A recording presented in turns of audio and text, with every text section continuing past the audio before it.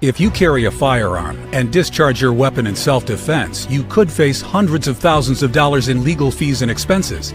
So carry the protection of CCW Safe, Self-Defense Legal Services membership. Upfront payment of all criminal and civil defense costs with no out-of-pocket for members.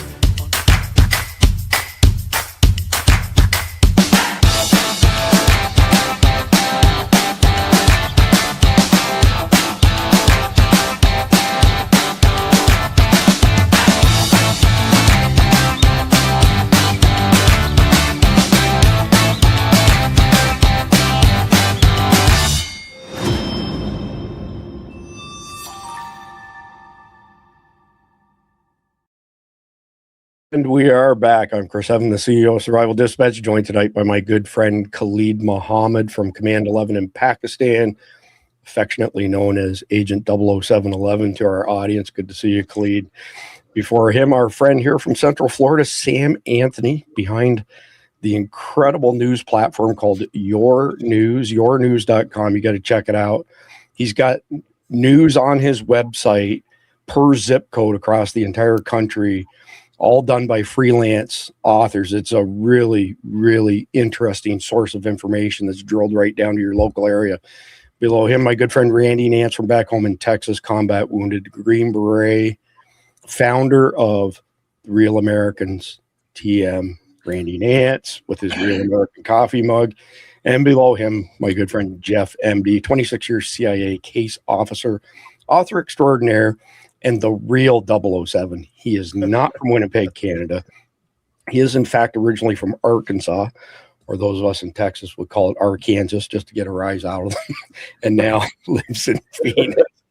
All right, so before we jump into the main topic of the night, which is 15-minute smart cities, essentially digital cages, we're going to knock out the conflicted question of the night, the sit rep, and then we'll get into the main topic. So the conflicted question tonight, this is conflictedthegame.com, 14 card decks set in post-apocalyptic scenarios. Most of the questions have some element of morality to them, hence the name conflict. And I'm going to read this off now. At the end of the podcast, the five of us will answer this question. We want to see your answers in the live chat or the comment section as well. After being unjustly kicked out of your survivalist group and betrayed by your friends, you were left powerless against them. There is an opportunity to turn them into their enemies. This would put you at a great advantage and bring your friends down. Would you do it? Yes or no, or why? That's a good one. That does have an element of morality to it. I'm looking forward to hearing everybody's answers. All right. So forewarning, this video has some profanity in it. I think it's a couple minutes long. I'm not even going to read the writing at the top. I'm going to let this guy say it in his own words. He sums up what we've been discussing for a very long time, 1 minute and 58 seconds. And like American Papa Bear says, preach, brother. All right, let me get this straight. So I'm an American. I'm born here. I'm raised here. I fight for this country. I stand up for this country. I speak the language. I was indoctrinated as a kid. Since I was a child, told I'm the problem because I'm a white. I'm the problem because I'm a man. I'm the problem because I'm straight. I'm losing work. I'm getting fired for not getting a forced vaccine. I fight for that. I'm called a far-right extremist, terrorist. I lose friends. I lose family. I lose money. I get fired for being white. Yes, I have the receipts, emails, tape recordings saying, we don't want you because you're white. It's really not a good look right now.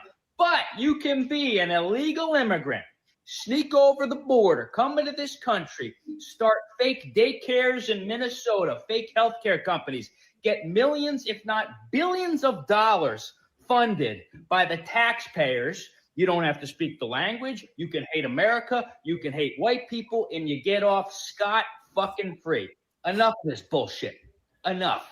You either stand up for it or we're going to lose our goddamn country. You know, George Washington started a war because they taxed his tea 3%.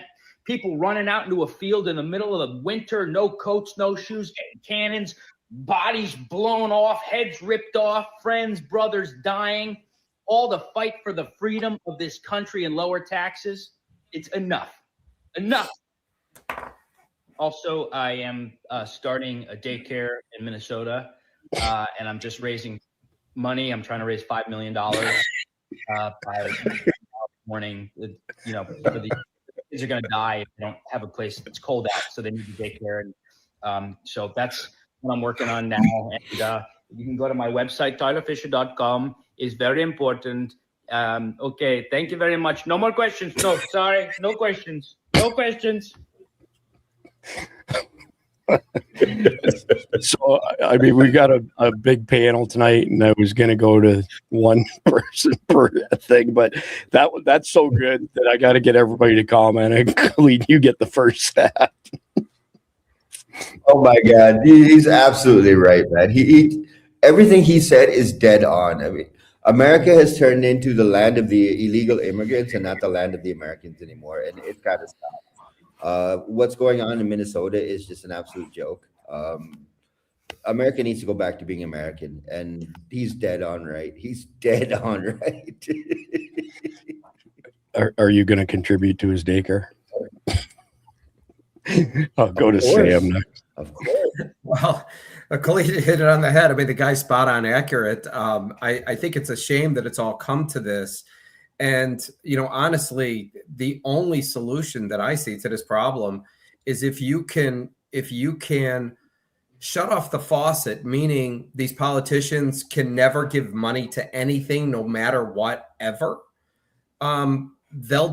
They'll just leave because, you know, the bank robbers have no bank to rob because the banks are closed. I mean, that's the only solution to fix this problem. But he's spot on accurate with it. As long as they're able to give money away, there's always going to be a problem. Yeah, true story. In my mind, Sam, the word of the year for 2026 is remigration. And I think a way to expedite that goal is to debank all of these people who are here ripping the system off. Every last one of them. Just take away their ability to do any banking, and they'll leave right then because they won't be able to process money. Are you talking Congress? Right. Randy, it's all you. Sorry, Randy. I just say, just to me, it leaves the impression that how screwed we really are, right? Because the whole system and everybody in charge, or at least the ones I'm always talking about, there's only a few people that have the control that can have agencies and the whole government and people that do this kind of thing, just handing money out left and right in the times of billions of dollars, all the while coming down on the actual citizens. And you know, not just white people, but predominantly white people, but anybody that's an American, if you're a conservative, as we've seen on the news, it doesn't matter what color you are if you're not on the Democrat side. They proved that through 2020 and through several other things. So the fact is, I just, to me, that kind of makes me sad. I'm not going or pissed really, because it seems like there's nothing we can do about it. Although everybody can plainly see what needs to happen, it's not happening. And these people are just going to give it all away until actually it comes down to a fight. And that's if we don't just give it up without it. Randy, can Tyler get your endorsement as a real American? TM Randy Nance. You talking about the guy that exposed this thing? Well, the guy who spoke in the first video there, his name's Tyler Fisher. Oh yeah, for sure. Absolutely. Okay. And I loved his end part. He ended that perfectly. That was beautiful. You sure did. Jeff, you're batting clean up on this one. You're on mute.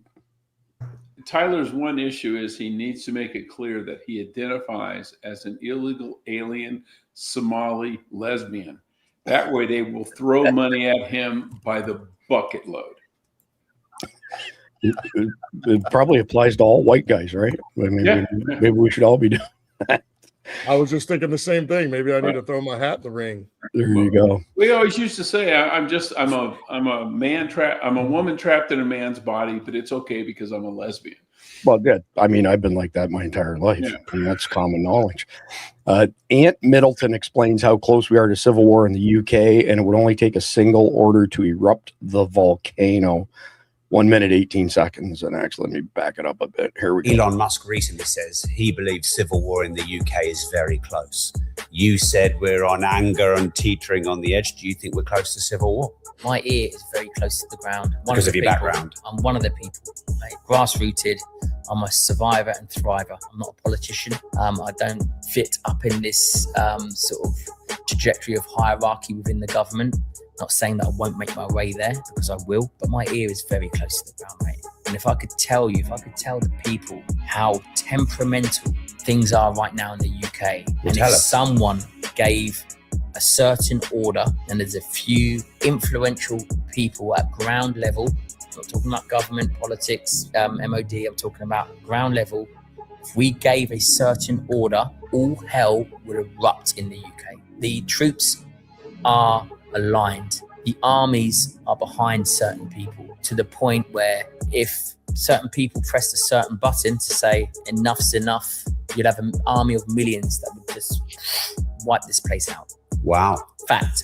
I know it. What would cause that button to be pressed? I think any more children being murdered, any more people, Brits being murdered. So Khalid, Command 11's done work for the British government. So this one goes, do you want to get your input on what he had to say there? Is it that close? Is it a tinderbox? We've crossed it. I mean, the tinderbox is already burning. The last report we did for the British intelligence services, we told them that they have already crossed the line. As long as they are appointing Muslim Brotherhood supporters and standing behind the idea that Britain needs to be colonized and we need to allow this to happen to Great Britain, you're going to lose Great Britain. You're not going to fix the problem that you have right now. And the bigger problem right now is Great Britain itself is one of the key targets for the Al-Qaeda aviation plot. London is one of the key targets. And with the number of jihadis that now exist inside of London, it's very difficult to crash this down. And Chris, I told you this story, I think maybe about a month ago. We tracked a convert to ISIS to Great Britain. And it took us making some very heavy threats to the British government to have them crash the safe house that was in London. And we took down 25 terrorists and a handler inside that safe house. But it literally took us 2 days of calling everybody we knew in MI5, MI6, the Home Ministry, the British government. And finally, they decided they would do something about it. Yeah, self-inflicted genocide. So Sam, next one's up for you. Let me just read through it quickly here. Ex-Al-Qaeda member warns next 9/11 is not about if it will happen, it's about when. Ayman Dean, who was once a member of Al-Qaeda but became a spy and worked for MI5 and MI6, has issued a stark warning to Europe over the potential for another major terrorist attack. A former Al-Qaeda member has warned that another terror attack comparable to 9/11 could strike at any moment. Ayman Dean, who was once part of the terrorist organization before becoming a double agent for MI5 and MI6, declared it's not about if another 9/11 or 7/7 attack, it's about when. The September 11th, 2001 suicide attacks in New York and Washington, D.C. killed almost 3,000 people. 52 died when 4 suicide bombers struck London's public transport network on July 7th, 2005. Speaking to The Sun, Dean argued that European concerns about Russia were misguided, insisting the greatest threat to the UK and Europe comes from Iran. A former insider calling on Britain to strengthen efforts against Islamic extremism predicted more lone wolves would carry out operations for the Iranian regime, reports The Express. MI6's ex-spy within Al-Qaeda revealed there are hundreds of dormant operatives across the UK, cautioning that Islamic fundamentalism poses a more insidious danger by encouraging distrust of institutions. He emphasized that violence represents just the tip of the iceberg. Sam, my question for you, since you haven't been on a panel discussing this with us previously, why are Western governments, but especially European governments, downplaying the risk after admitting countless people who despise the Western culture, Western world, and tell us on a regular basis on social media platforms that they're going to kill all of us? Why is this downplayed, Sam, in your perspective? Well, this is just an opinion, but you don't want to create an uprising. So if they're downplaying it to not let people run rampant and go crazy, thinking there's going to be a killer on the loose, but it is inevitable. Look how many people came across the border. I mean, Chris, there was how many? 20 million, 30 million. We don't even know how many. So damn well there's sleeper cells that are in there, and there's people that are that are going to do harm to the United States. The question is when. It is. I mean, I just don't buy the fact that they don't have people here, and I don't buy the fact that nothing's going to happen. At some point in time, it will. There's no question. It's just a matter of time. So I appreciate your comments there, Sam. You and I have never discussed this topic, and it's been a while since we've had you on the podcast, and it's good to hear somebody state the obvious. And, it's good confirmation for the rest of us that we're not living in a echo chamber. So, Randy, next one up for you. This is why Americans are getting angry at Muslims. Even a Muslim says it. We don't like where we come from, and then we want to change them. And yet Tucker Carlson and leftists still criticize us for having an issue with Islam. 56 seconds. Let's take, for example, simple things. Pornography is rampant, right? Nakedness is everywhere. Haram relationships everywhere. But why can't we change these things? But because it's not our society. This is why the Americans are getting angry at Muslims, because they want to change things. We need to stop trying to change their stuff, their place, their society, and just go change ours. The reason we left ours is because we don't like certain things about it. We don't like basically the political stability and security of those countries. We don't like the economic prosperity of those countries. We don't like the educational advancement, the scientific advancement of those countries. We don't like the business environment of these countries. We don't like the legal system of these countries. We don't like the crime rates of these countries. We don't like many things about these countries. We come here because we want to live in a higher quality of life society, and then we want to change it based upon our values. But they get offended. So, Randy, I think the answer is probably fairly obvious, but why? Why do they keep trying to change us to where they came from? Well, I don't think necessarily I agree with a lot of what he said, right? He's pretty spot on, but the reality is they don't want to change us, right? I don't, yes, but they want to conquer us. There's not change, but we should have realized, and they should too, right? It's the same thing when we went over to Iraq and Afghanistan, certainly Iraq for sure. Afghanistan was a little different, but however, by the time we got into Iraq and we think we're going to bring democracy to these two countries, right? They're never going to, that's not going to happen. They're not going, we can't change them any more than they can change us is my point.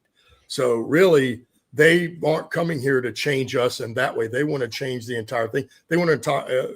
I wish there were more that sounded like him, because the jihadis want to conquer the entire globe and turn it into all Muslim. So that's not just changing people, that's wiping them off the planet.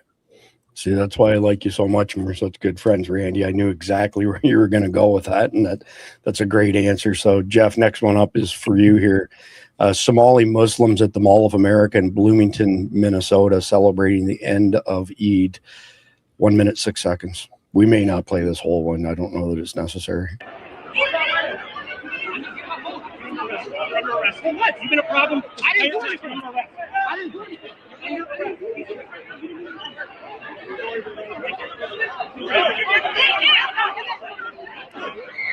Everybody back. No. Don't know.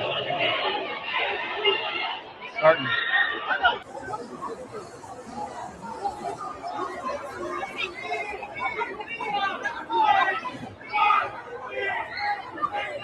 That sure as heck doesn't look like the Mall of America that I remember.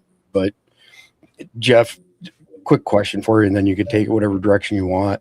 How dangerous is a situation like that where you have, a mob essentially and a small handful of officers trying to arrest unruly patrons? Well, it can get out of hand really quick. I mean, all you got to do is, if you got 30 people and 4 cops, if those 30 people decide they're going to attack the cops, there's nothing the cops can do about it, except maybe shoot a few people, and then they'll end up going to jail because it's frickin' Minneapolis. But when I looked at that scene, it reminded me of a shopping center in Dubai or in Manama or someplace. It looked like the frickin' Middle East. It really did. And I was like, this is the U.S.? Yeah, it's crazy. By the way, if y'all didn't catch it, Thomas is buying a round of bacon for everybody. Free bacon for everyone. Gotta love bacon. Gotta love it. All right. Next one up is for you, Khalid. Breaking political donations to a Somali candidate are being scrutinized because they came from childcare firms based in Minneapolis, Minnesota. For those of you who aren't aware of this, it has now been traced, the ripoff that's been going on in Minnesota, to the tune of at least $9 billion taxpayer dollars stolen. There's been a pipeline of that money to other states, especially Washington State, to support more invaders taking over government positions. It's 2 minutes. I'm not going to play the whole 2 minutes, Clede, because I know you got your head wrapped around this, but that should be more than enough just to maybe part of this to communicate to our audience what your thoughts are. Hi, I'm Ubah Kadere. I'm a single Black immigrant mother and homeowner in the unincorporated area of Renton, and I'm running for King County Council in District 9. I came to King County 25 years ago as a 15-year-old refugee. My values are shaped by my lived experiences, my policy chops, and my organizing background. For decades, we have seen our Black, Indigenous, people of color communities and working class communities facing systemic and structural racism. These problems peaked last year with COVID and a renewed reckoning of systemic racial injustices. Today, we need bold vision rooted in community to reimagine how King County functions. I bring forth decades-long experience building policy to tackle systemic issues in our region. I have consistent... Okay, I can't listen to that anymore. That's enough of that. My question for you, Clede, is this. The average IQ of a Somali, and I'm not joking, the average IQ of a Somali is 68, which essentially puts them in retard territory. We know that Tim Walz is a huge retard. You have to be an even bigger retard than the Somalis to get ripped off by the Somalis, don't you think? Yep, hands down, hands down. First thing is she needs to learn how to speak English. I mean, I couldn't understand half of what she was saying. And to have someone running for office that can't speak the damn language, that's just not right.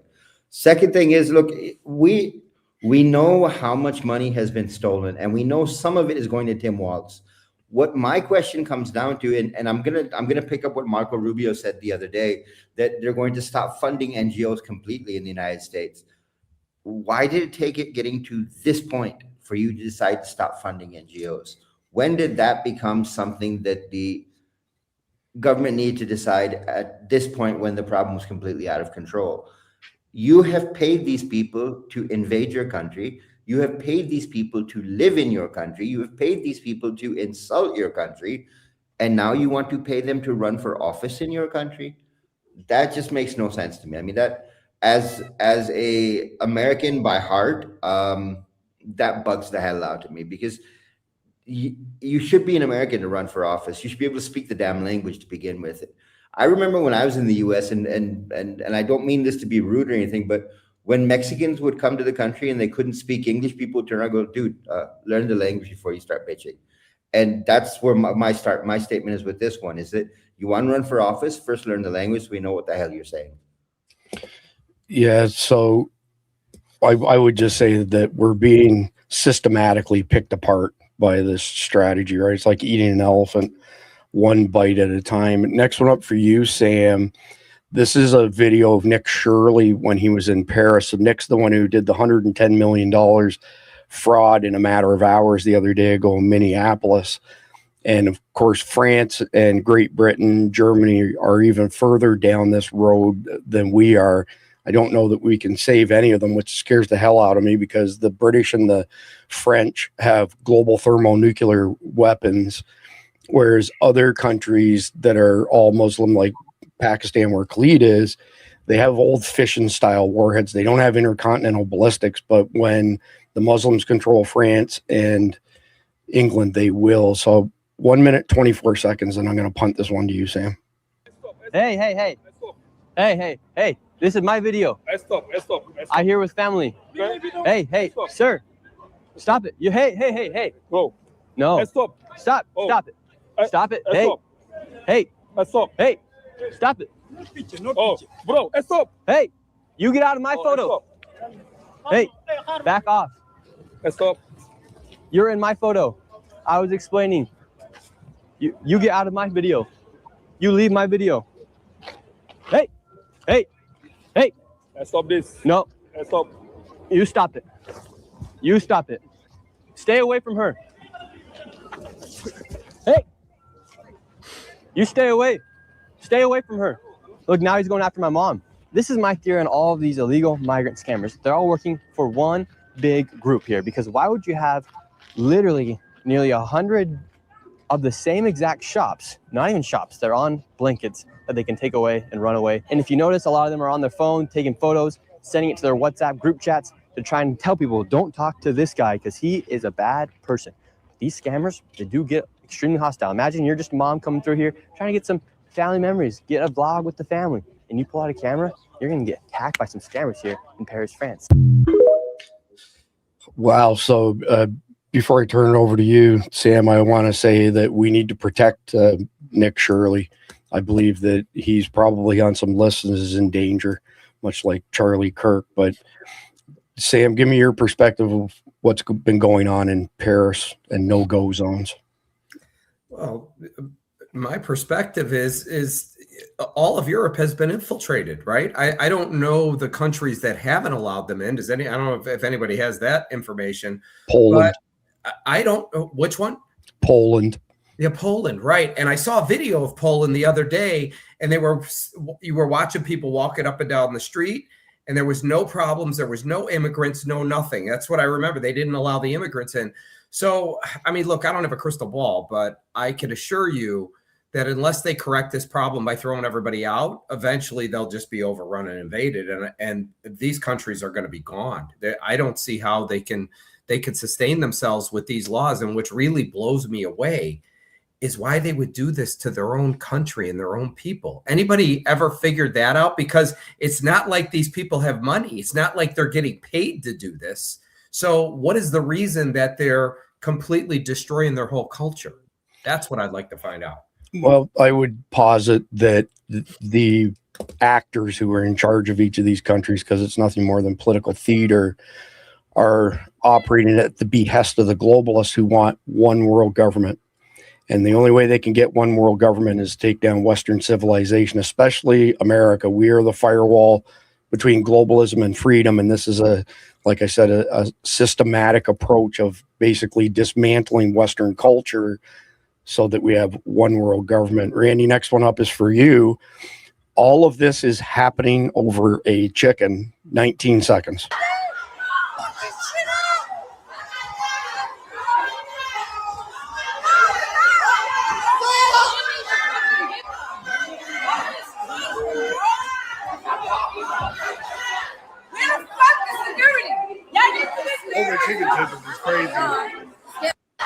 So the guy at the end is an American, but the ones behind me, you can tell by the bulbous heads are Somalis. What do you think of that, Randy? I mean, where did you say this was? Where did that happen? I think it was Minneapolis as well, and they were fighting over somewhere. Yeah, they were fighting over a chicken. Well, you're seeing that more and more, and these people then just tear down the restaurant, until people start being held accountable. But what it is, it's the unraveling of society.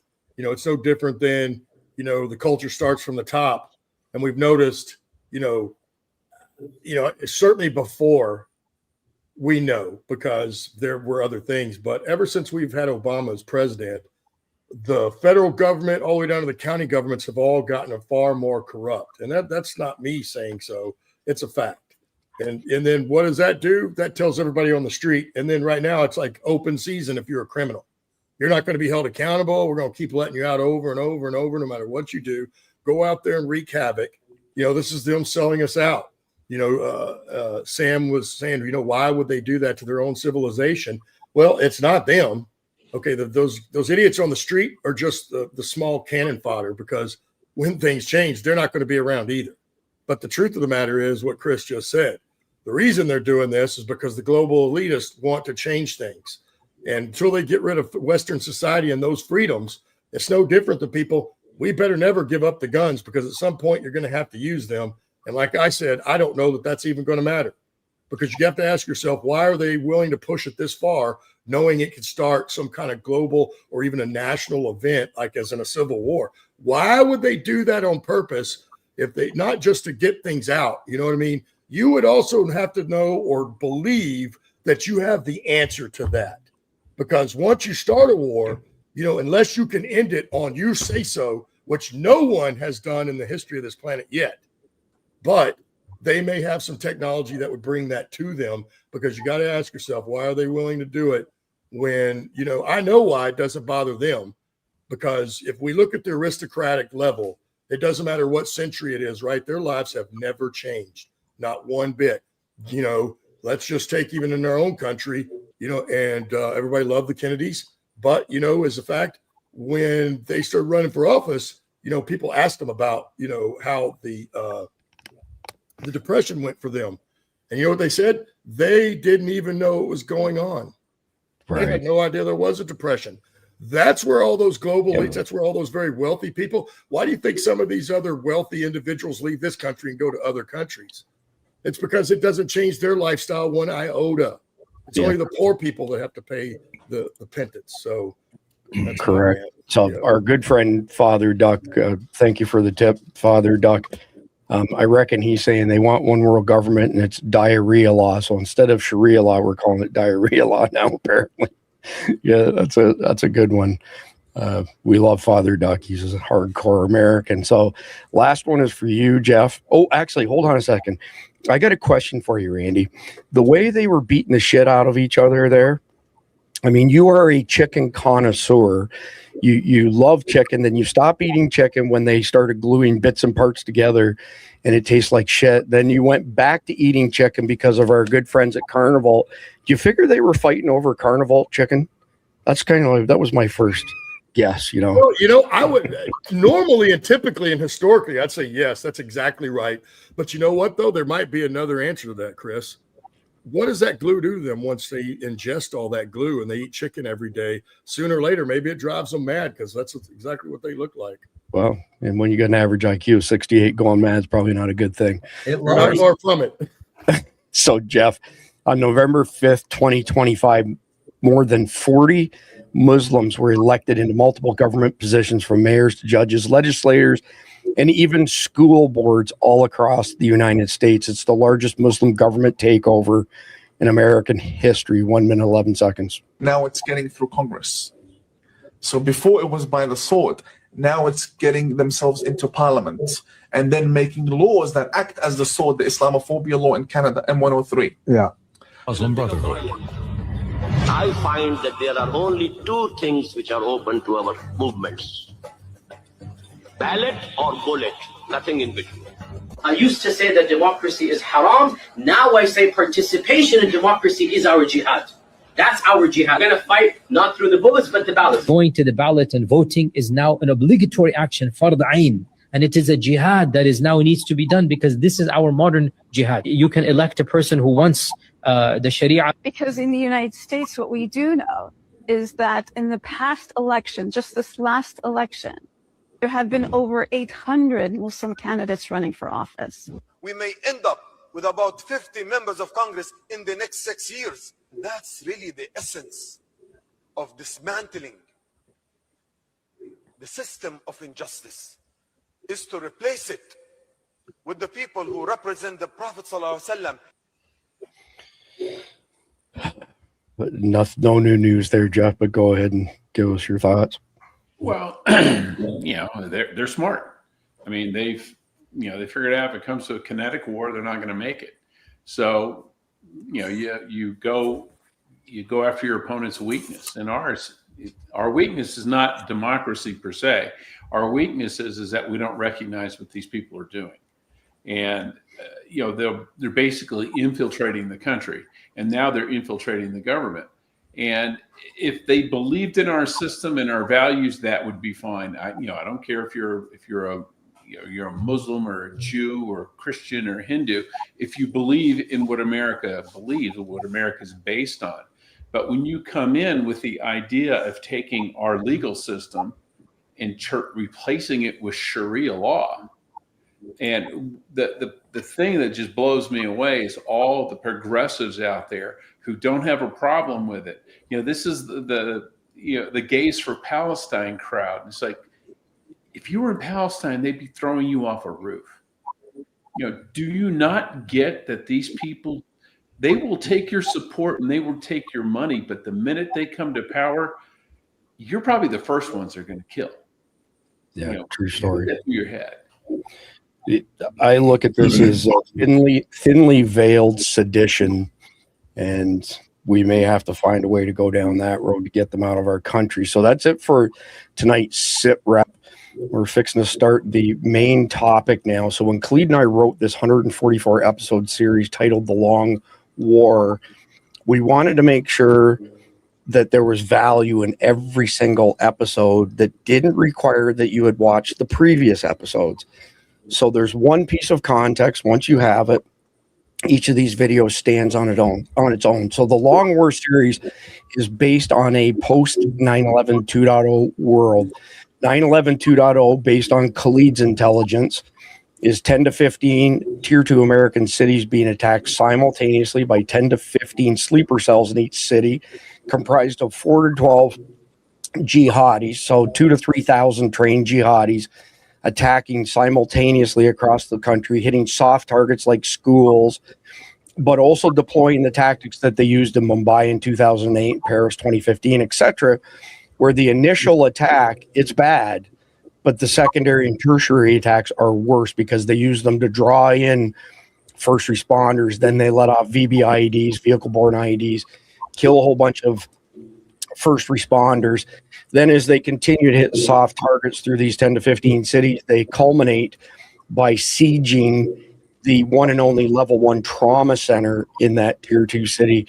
What that means is that people who need level 1 trauma care will have to be triaged because many of them won't survive. So take a city like Buffalo, for example. The closest tier 1 city or tier 1 trauma center outside of Buffalo would be Rochester, New York. A couple hours to drive there. Life flights will be limited based on the amount of infrastructure, the amount of helicopters. So once they siege those hospitals, this will take a period of time to unsiege those hospitals. They will use them as a platform to broadcast horrendous videos of Americans being tortured, killed, maimed, beheaded.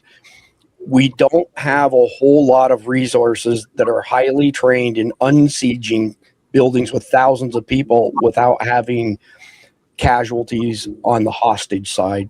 So it'll be a deal to get them out. It could take upwards of a week, for example, in some of these hospitals as we deploy the assets that we do have to unsiege them. Khalid also mentioned that there's an aeronautical piece to this, and what that is you will have jihadis going through security in Europe, going through security here in America at airports.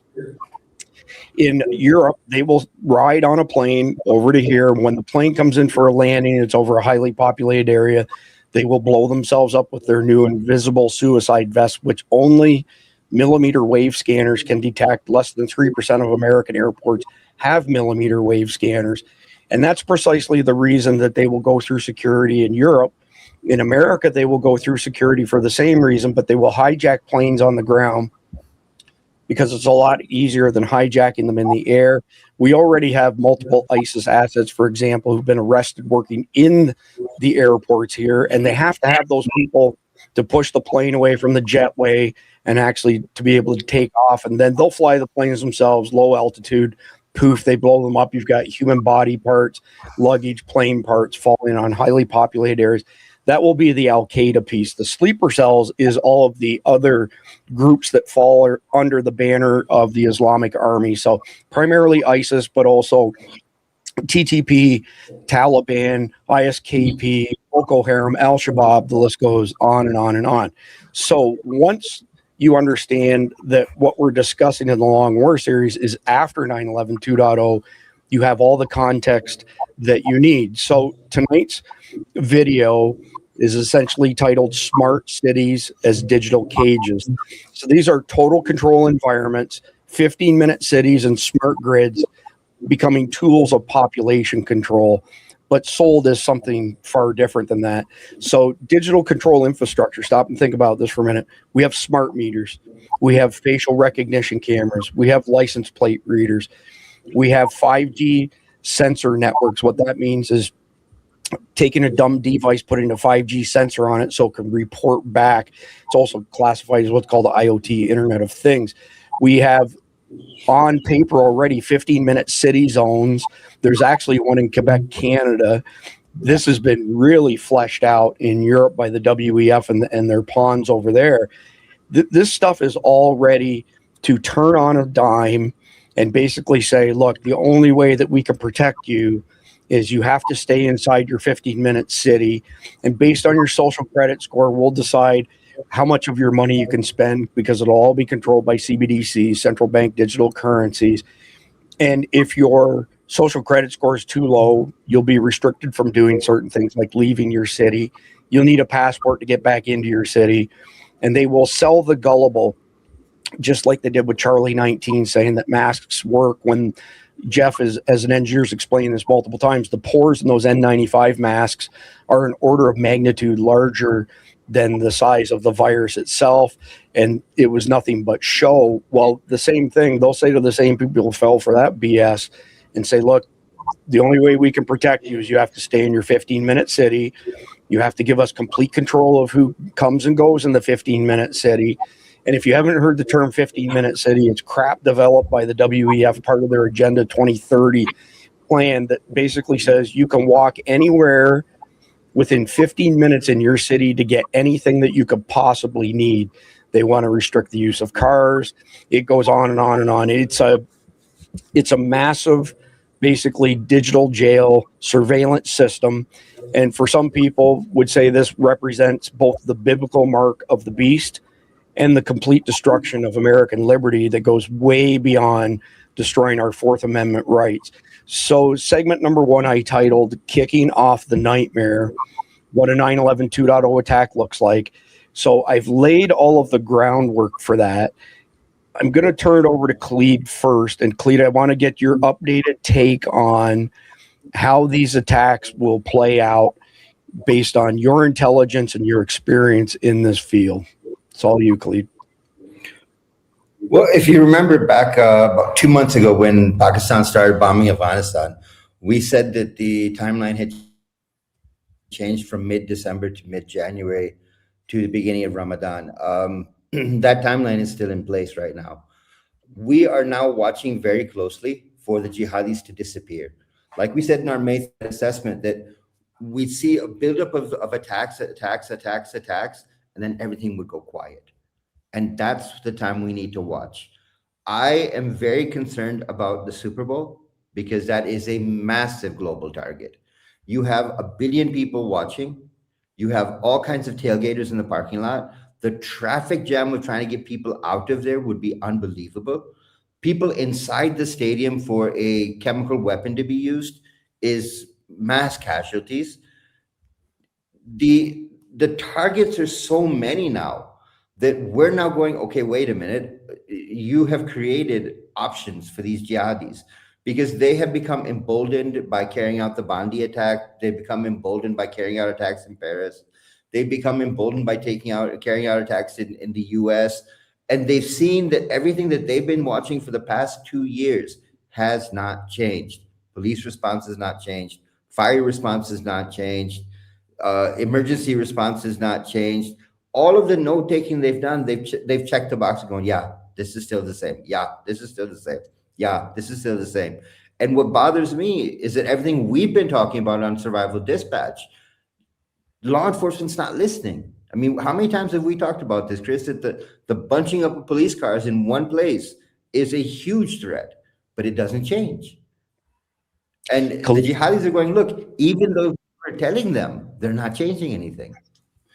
Before I go to Sam, Khalid, I left out the part of the command and control infrastructure that ran Mumbai and other CCTAs, complex coordinated terrorist attacks. Can you explain how that works just to complete the context on 9/11 2.0, please? Well, the Mumbai attack was orchestrated from Kashmir and from eastern Pakistan. Sorry, western Pakistan. What we saw now in the Bandi attack, in Bandi Beach attack in Australia, command and control was run from Iran and from Afghanistan. Now, that is what we've been saying over and over, that when we started bombing Afghanistan, we blew away the command and control system. What have they done? They've shifted to Iran, which means that IRGC is working hand in hand with the Taliban, which makes it even bigger threat because with Venezuela sitting that close to the US border, you have TDA, you have gangs, you have all kinds of people that can infiltrate from there. The problem I have with Donald Trump right now is You have held off on bombing targets in Venezuela, and you've emboldened the terrorists because of that, because they're seeing a lot of talk, but no action. Hey, Khalid, what did the command and control guys do in Mumbai 2008, and what would their role be in 9/11 2.0? Well, in Mumbai, what they were doing is they were watching the news coverage. They were watching CNN. They were watching Indian news because it was being broadcast live. The mistake India made was that they were broadcasting live. They were not putting a 5-minute delay, a 10-minute delay in, so that it wasn't live information coming across. So what you had people doing in command and controls, they had all these TV screens up, and they were watching it on the radio saying, police are coming from this area. Police are coming from this area. Don't go this way, go this way. Don't go here, go there. Don't go here, go there. They were controlling every attack from inside the command and control center. What will happen now with the attack in the US is they'll be watching social media. They'll be watching Instagram. They'll be watching TikTok. They'll be watching Facebook. They will be monitoring every single platform there is to understand what's going on inside the US. And they, via sat phone, via comms, they're going to be telling their sleeper cells, stay away from this area. The police have infiltrated there. You don't go there, go this way instead. And when the first responders come in, they will guide the first responders in behind the first responders to blow them up and take out a police force. The level of battle we're looking at right now is 100 times different than what happened in Mumbai. And a lot of people are saying, it's going to be a Mumbai-style attack. Mumbai was a test run. October 7th was a test run. They were feeling out how they could do things. We are seeing it live here in Pakistan. The attacks they carry out on military facilities, on law enforcement facilities, we see live. If you go back and remember, we said, they will be live streaming that. They attacked a police academy here in Pakistan where all of the attackers had GoPro cameras on their chest and were live streaming the attack back to Afghanistan. Mm-hmm. What we have been telling you over the past 4 months, we are seeing happening. That's why we keep updating. That's why we keep telling you. That's why we keep hesitating on certain things, because we don't want to give you information that is not right. Appreciate Clete. Before I go to you, Sam, just one quick thing, because I've seen another number of comments go by with regards to things like New Year's Eve.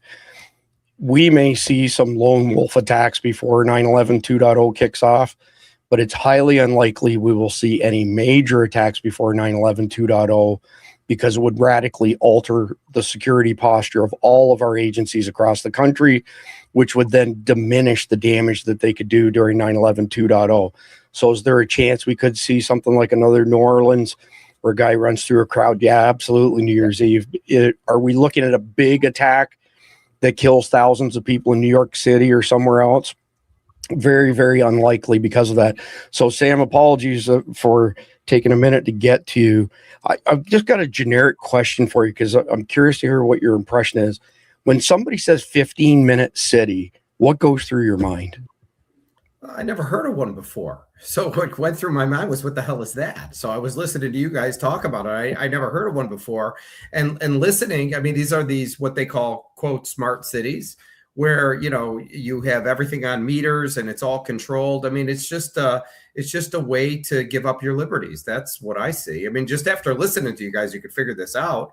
I'm old, so I highly doubt that'll happen I'm sure there's smart cities now, correct? Don't they have smart cities? They're models, but they're not completely locked down now. I never heard the 15-minute part, but I heard that there were smart cities. I don't know that they'll ever really take off, at least in my lifetime, because people don't want all the stuff that they're offering, right? I want my own car. I want to be able to drive to Tennessee if I want to drive to Tennessee, or go down to Fort Lauderdale or whatever it is. So I don't think they're really going to fly here in the U.S. Follow-up question though. So Sam, imagine that we've got 150,000 Americans killed in simultaneous terrorist attacks across the country, and the government drafts Patriot Act 2.0 and tells people, if we cordon you off over here in your little area, we can protect you, but if you leave that little area, we can't protect you. How many of the sheeple amongst us will fall for that? I would posit it's quite a few. Just the liberals. We don't have to worry. Probably about 10%. I mean, nobody's going to buy that story. I mean, first of all, the odds on 150,000 Americans dying is about 0. Okay, unless they have some kind of massive warhead that they blow off. And the moment they do it, you know, we live in a place where everything is after the fact, right? You know, so they can't assess the situation and go, okay, we need to fix the problem. It's only when the problem exists that it needs to be solved. My personal opinion on solving a problem like that is remove all of them, all the Muslims. Okay, I don't care what it is. You're a problem. We don't know what you are in terms of your religion. Get out. And, you know, will that happen? I don't know, but I highly doubt they're going to push people to smart cities, and no one's going to go. If anything, gun sales will go through the roof. You'll have more bullets sold. You'll have more automatic weapons purchased, simply because people want to protect themselves. They obviously understand that if the government couldn't protect me from this, how in the hell are you going to protect me again? I mean, that's a good counterpoint to it. Randy, coming to you as a Green Beret, we know that Al-Qaeda said they want a minimum of 50,000 casualties during 9/11 2.0. What are your thoughts on achieving that goal on their part or exceeding that goal? Well, let me just start by saying that, you know, where they've done all these test beds are basically unarmed civilians, right? Even October 7th, no one in Israel is armed. You didn't see them do it in Afghanistan where everybody has an AK, did they? You know, but they went to an unarmed place. I think that, you know, to me, if they're 50% successful, they're probably still not going to have 50,000, but it will disrupt things. You know, I think, Khalid's right on that the Super Bowl is this huge target, but I would say, I don't know, somebody said it's in California this year. I don't know where they're having it. If it's in California, then maybe there's a chance. What I would say, you would see a difference in security posture than any other Super Bowl previous years. Then that might be an indication that that is the target, because we know the system's going to allow them to do this. They've told them so. So, and my point to that is because I went to the Super Bowl in 2010, and, you know, I had some bone infection and some other stuff. So I had a uridium test it was less than a week. It had only been a few days, you know, and we had done all kinds of things to find the infection. So eventually they said, okay, you're going to go do this bone scan. And when I went there in the morning, they scanned me once. They took some blood and one of those big old huge syringes filled that thing up. And I came back that afternoon. They did another scan. Then they had removed my white blood cells out of the blood and then put a nuclear tag on them and put them in this dye. And then they put that back into me. And what that does was, certainly when you do that body scan, if you have any infection in your body anywhere, it will glow like, you know, like a bright light. And so that's what we were doing. And I was going with a group of veterans, probably there was at least 10, might even been 20 with family and stuff like that. And we went as a group. So when we got to where the Super Bowl was happening the day of, because we got to go through the whole kit and caboodle, it's a whole program. It's not just the game. So anyway, they have their metal detectors are stronger than what they have at the airport. And in fact, you only have certain places you can go in. So they limit where you can go in. And I'll tell you, they took us all and we went around the metal detector. The group of veterans I was with, they swooped us all around. We didn't have to go through that line, and we were going on. Now, I was still married at the time, and I'm in a wheelchair because I can't wear a prosthetic because I got this infection in my leg they're trying to find. And so we go around it. And no sooner than we get past it and our group's moving on, some old dude, some little guy, you know, comes running up to me in a polo and khakis, and he's got this thing in his hand. He says, "Hey, how are y'all doing today?" We're like, "Good, good. Hey, do y'all mind? Y'all stop for a second. Let me talk to y'all." We're like, "Sure, what's going on?" So we pull over, stop. And the guy says, "Well, we picked you up on the scanner. I know you didn't go through it, but even when you were around, it still picked it up." And he had this little handheld device that he said cost $35,000. And he said, "So before we start, I asked if you had any medical procedures this week." I said, "Yeah, I have, as a matter of fact." He goes, "What was it?" I said, "I don't really know. I know they called it an iridium test. That's all I know." He says, "Okay, well, did they inject it?" I said, "Yes." He goes, "Where was the site?" I said, "Right here." He goes, all right, well, let's scan it. He puts that little scanner over there, and it, we see the bar graph going across. It took it probably 30, 45, maybe 60 seconds. Scan back, it came back iridium. Kid you not. Wow. And he was like, all right, y'all good, go ahead and go. And when my ex-wife pushed me off and we went on, I said, well, I feel relatively safe. We're not going to do a dirty bomb in here. But my point to that whole thing is the security is way too high there. However, we also know that is also with the Secret Service, right? And how that worked out last couple of years. Yeah, true story. So, Jeff, first off, is there anything you want to comment on anything anybody else had to say on the panel before I go to the next question? No. Bouncing you all around there. Go ahead. Nothing. Nothing to add to what they said. I think they all make perfect sense. Okay. So if you were in one of the cities that was being hit, what's the first move that you would do to protect your family before panic engulfs the city? Well, I think first thing is to get everybody home. I mean, if you're not gonna bug out, if you're gonna bug in, make sure you've got all your family and your loved ones with you. Make sure you've got food and water. It means filling up bathtubs, things like that. Immediately make sure you've got food supplies, things, and then be able to defend your home.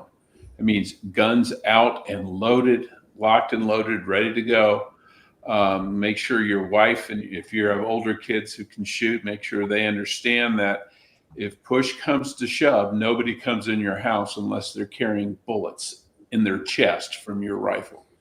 That's the main thing. Is you just got to survive. Well said, as per usual, Jeff. So let me just read this before we go into segment number 2. Where does the infamous 15-minute city model fit in with all of this? The real agenda behind 15-minute cities is not convenience, but control. Framed as sustainable and eco-friendly, they confine people to restricted zones where travel beyond certain limits can be monitored, taxed, or forbidden. With digital IDs and CBDCs integrated, authorities can enforce carbon quotas, limit movement, and punish non-compliance. Surveillance infrastructure ensures constant monitoring, while dependence on local services eliminates independence and mobility. The goal is to normalize living in controlled microzones, digital cages under the guise of fighting climate change, ultimately reducing freedom of movement and conditioning populations for a tightly managed global governance system. Jeff, coming back to you, just because you brought it up before we went live, was it Scotland, you said, where they were fixing to restrict people? Yeah, they've got legislation they're trying to get passed where they were going to put a limit on how many miles you can drive, of course, all in the name of climate change. And we've seen it to a certain degree in London itself. There are parts of the city where you're not allowed to drive into. Now, they're not limiting the people there to not being able to leave, but other people cannot come in, and if you do come in, they fine you. And there's a camera system around the city that reads license plates, and it reads your license plate and says, hey, you're not supposed to be here. Here's a £100 fine. And there's been some protests. They've been actually, cutting down these cameras and destroying them and, painting over their lenses and things like that. But Scotland is trying. Of course, Scotland's calling it a 20-minute city, because they got a 15-minute city's gotten a bad rap. So the idea is that everything you will need will be inside this 15 or 20-minute zone, all the groceries, doctors, everything else, and you'll have no reason to go outside. Now, if your family lives in another city, I guess you'll have to ask for permission to go there or save up your miles so you can go visit your own parents.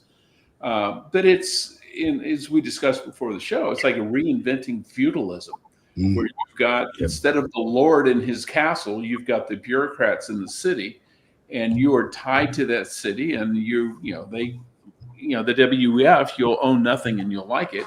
How long before they say, well, we own all the houses and we're going to assign one to you.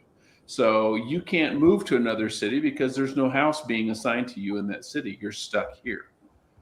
Your car, it's all ride shares now. It's all Waymos and things like that. So you can't own your own car. You have to use ours. Oh, by the way, we control where you go, when you go, how many times you go. And China's doing that with social credit score. It's all the same thing, just different, subtle differences in application. And our friend Doherty says, you take away my ability to drive and I kill you. Yeah. No kidding. Take cars away from Americans, all hell's fixing to break loose. Okay, moving into segment number 2. I titled this one, The Hits Keep Coming, Coordinated Chaos Hits Home. So these aren't sloppy jihadis or copycats. We're talking sleeper cells syncing up with drones, dropping payloads on bridges, truck bombs, slamming into buildings, even stadiums, hitting 10 to 15 spots inside of each of the 10 to 15 cities, coast to coast. It's essentially a blitz that will overwhelm first responders before lunchtime even hits. If you run the statistical models on other CCTAs, and I've done 3 different ones, they all come back and say that high probability of 9/11 2.0 will be on a Tuesday, Wednesday, or Thursday, kicking off at 09:30 Eastern. Kids are in school, people are at work, roads are busy, morning flights are in the air, kind of the perfect time. And then they'll roll across the country before anybody has a chance to really react properly, before they even know what exactly is hitting us. So we'll have, panic spreading like wildfire. Cell phone towers will be completely overloaded. Highways will be like parking lots. You'll have, people glued to their screens watching live feeds, of fighters raging, snipers picking off first responders. I mean, we're talking one big push that will paralyze us in the blink of an eye. And by evening, the death tolls in, let's say, 5-figure range. Hospitals are swamped or they've been sieged. Airwaves are flooded with calls for action, setting the perfect trap for leaders to roll out emergency powers that stick around forever and ever. So, Khalid, simple question here for you, but compare 9/11 1.0 and 9/11 2.0. These are radically different. And I think the problem is most Americans think it's one attack and it's over. No, it's not one attack and it's over. It's a series of 10 attacks. And once those 10 attacks roll out, there's a series of 10, 15, 20, 30 more attacks that keep going. We've had a lot of people asking, will this be over in 3 or 4 days? I'm going 3 or 4 days, 3 or 4 months, maybe not 3 or 4 days. Because once this starts to roll out, you're going to see what's happening in the Middle East happening in the United States. I'll give you a simple example, Chris. We were up in the mountains this past weekend and we were hunting, targets. I'll put it that way rather than putting an actual word to it. We had a chemical bomb dropped on us by a drone. I've got a picture of it. I didn't share it with you yet, but if you look at how the drone is set up, I kid you not, Pepsi bottles, PVC pipe, and a motor. And they've enclosed it in a styrofoam box, and they dropped that from a drone on top. We're lucky that the thing did not activate. Otherwise, we would have been hit with a chemical attack. And everything they're doing here, they're going to do there. ISR has been done by drones.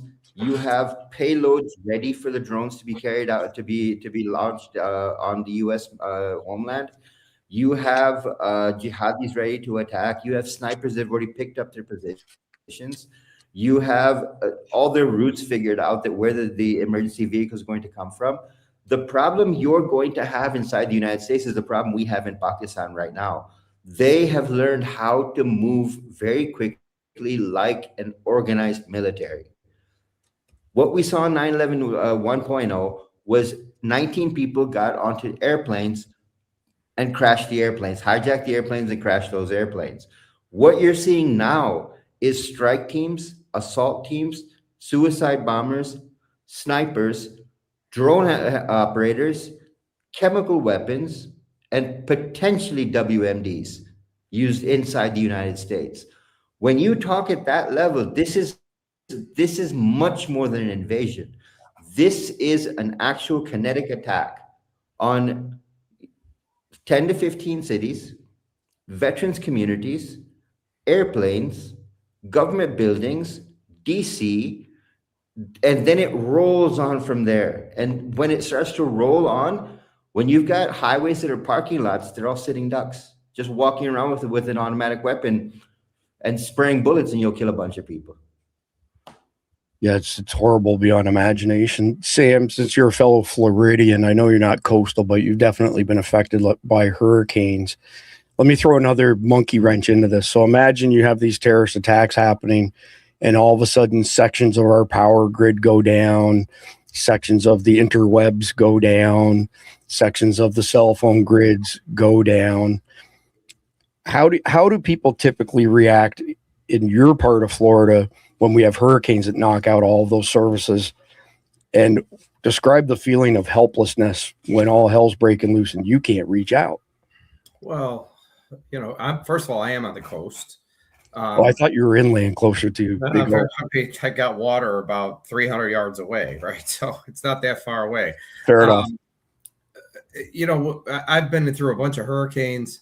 It certainly sucks. You know, the power outages are probably the worst, especially living in Florida, you know, because hurricanes typically hit the summer and it's roasting hot here. So, you know, after they come through, you got no air conditioning, no gas stations are open. And, you know, for hurricanes, Florida's got it down pretty good. I mean, they already have other states that are coming in. And I know we're not talking hurricanes here, but they're able to fix the problem quickly. What you're describing is something that you can't fix very quickly, because you're describing, you know, them taking out cell towers, them taking out, you know, hospitals and, you know, infrastructure. You're talking about, you know, going after, you know, governments, and, you know, which maybe it wouldn't be a bad thing in DC, right? I mean, at least you'd wake these people up a little bit.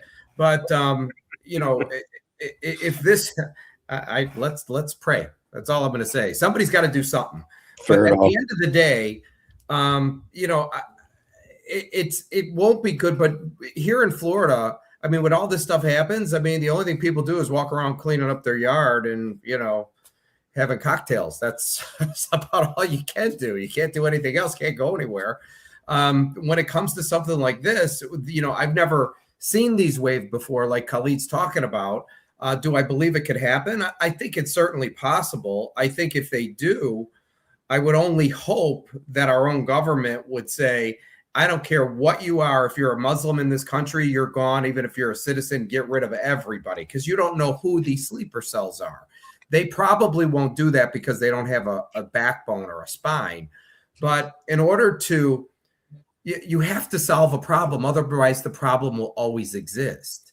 And we live in a world where it's all politically correct bullshit, excuse my French, and they don't fix a damn thing. So, you know, I think it's a horrific thing if something like that were to happen. I'm certainly not looking forward to something like that. I hope it doesn't happen. But hopefully if it does, it will be squashed quickly, and, you know, things will end up being okay. I mean, what you're describing is something that would absolutely suck. So I would only pray something like that wouldn't happen. And if it does happen, let's hope there's consequences. Well, the problem is, Sam, is that even Biden's DHS admits to letting 200,000 SIAs loose into the country. So special interest aliens, you have to be a known terrorist or a terrorist associate to be tagged as an SIA. And those are just the ones they had in their custody and let go. Joe Kent, the director of the National Counterterrorism Center, spoke in front of Congress a couple weeks ago, and he said, we have paperwork on 2,000 Afghani terrorists, either Al-Qaeda, Taliban, ISIS, and 16,000 additional ISIS, AQ, so on and so forth, terrorists that we know were released by the Biden admin. So when this shit kicks off, they want retribution. They want retribution, especially against our vets. They want them to feel the same way that they felt when our troops were over there. 9/11 2.0 is not going to be a one and done. It's going to open the floodgates to hell, and it's going to get really ugly for the long. We'll be much like the Middle East with constant attacks. So Randy next. I'm losing track of the order because everything changed on the side. Randy, why do you think they would target tier 2 cities, which most of them are still blue collar cities? Do you think that figures into it at all? Blue collars serve in the military, or more likely to serve in the military, and exact retribution that way? Or do you think it's really just based on the infrastructure and being able to crush those cities?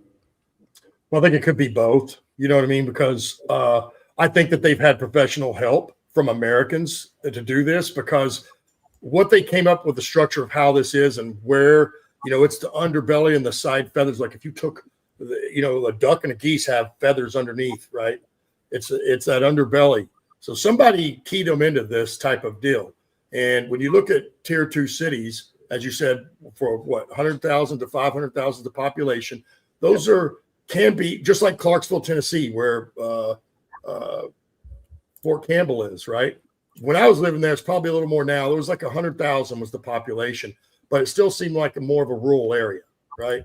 But also in my time in the military, you do have city folks that join, but by far and large, it seems like more people from the country actually sign up to go into the military predominantly. You know what I mean? I think there's a majority more that come from the countryside than it does the city to some degree.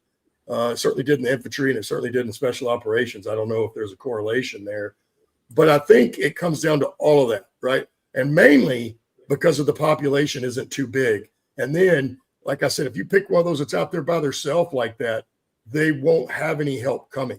Like if they hit somewhere here, New York City, or if they hit, even the Dallas-Fort Worth area, they can lock off one city. But the fact is, when that city becomes overloaded, all the other municipalities don't have a problem helping out. So that would cancel that out. But if you're kind of out there and outlying by yourself, you've got that population, and you only have one tier 1 hospital level trauma center, and again, by the 3rd day, that's what they're supposed to get to. It's going to take them 3 days to get to that thing with the attacks that are going to happen there. And once they get there, once they take that hospital under control, then no one can be treated as a patient. Everybody that's wounded is going to most likely die. Certainly the ones, if they end up bleeding out or get an infection, you're not going to have any kind of treatment. So I think it really cripples that entire community. And then just think of what that would do to that. It would, as somebody said here, would be decades before they got over and healed and were able to move past that. But I do believe, in my personal opinion, I don't think it's going to go the way they think. I really don't. Because Americans, why do you think Japanese didn't attack us? Because those were the baddest motherfuckers on the planet. Because they, you know what I mean? They, back in that day, nobody fought with the Japanese. We beat them because we overpowered them in the end through the Pacific. And, but it still cost us $10,000 per island. But the reason they didn't attack is because we have too many guns. And at some point, the longer this goes on, everybody's going to realize in America, certainly all us like us with gun owners and hunters and certainly veterans, or whether they have combat experience or not, they'll get some. Because then I think people will come out with their own guns and ammo and deal with it the way it should be if this thing prolongs to a certain degree. Because, of course, at some point, it's going to be obvious law enforcement is not going to be able to do anything about it. Yeah, true story. Jeff, I know your kids are grown, empty nester, but what would your advice be to parents who have youngins that haven't left the nest as far as drilling them to survive terrorist attacks? You're on mute, Jeff. Sorry. Teach them like you teach adults as much as you can. Get off the X. Don't go follow the boom. Get away from the boom. If you're at home, stay home. Don't let people into the house. Don't answer the door if your parents aren't there. You've got to, find safe places in the house for them to hide if they have to. If you have a safe room, teach them how to get to it and how to secure it. Most people don't have that. I mean, that's kind of a luxury for the rich.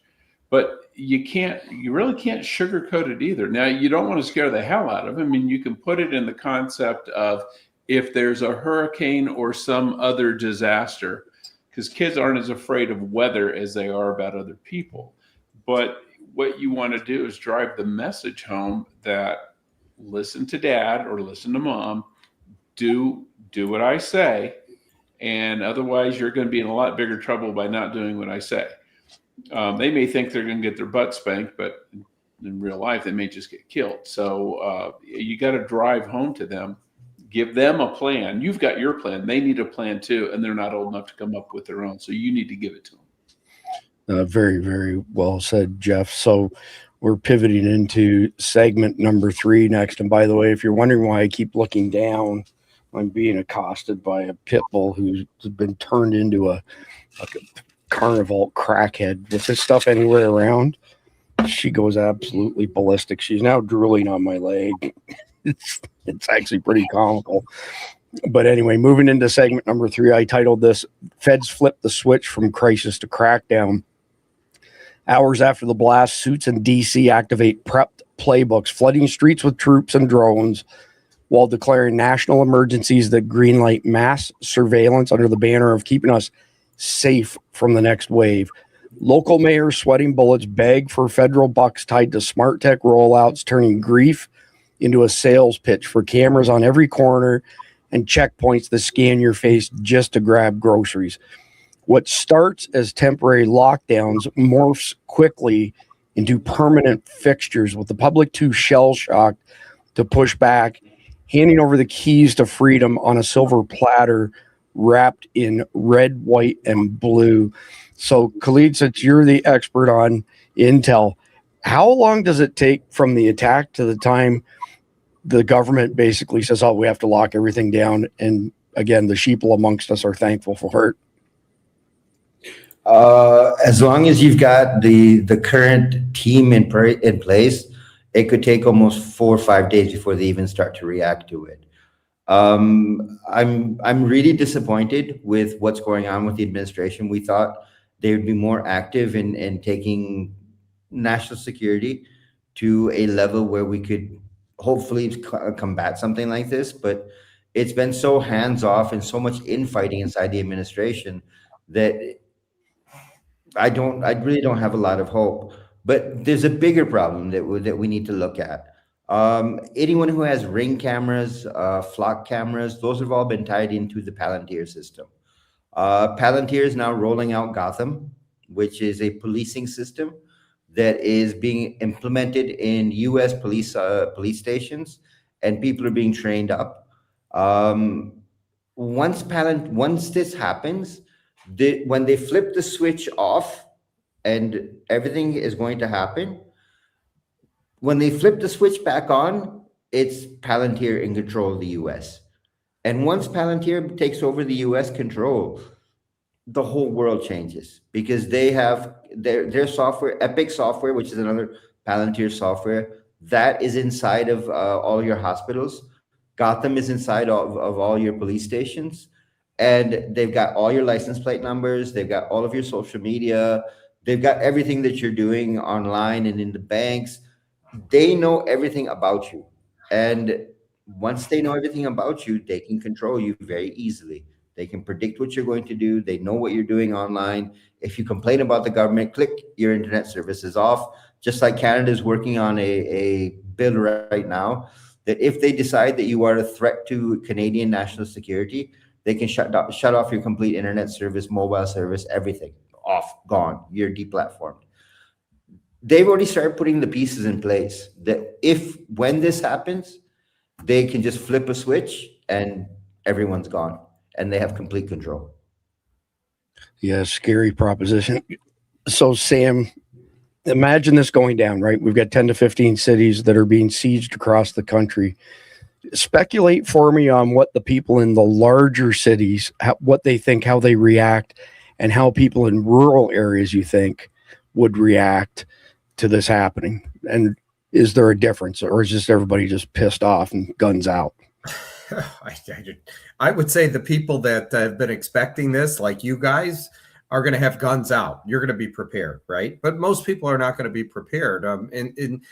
I just don't think in rural areas you're going to have as much of a problem as you have in the big cities, because the big targets are in the big cities, right? Nobody's coming where I live. There's nobody here, so to speak. But I think that I think the big cities are going to have the biggest problems with the whole thing, and you're going to have people panicking.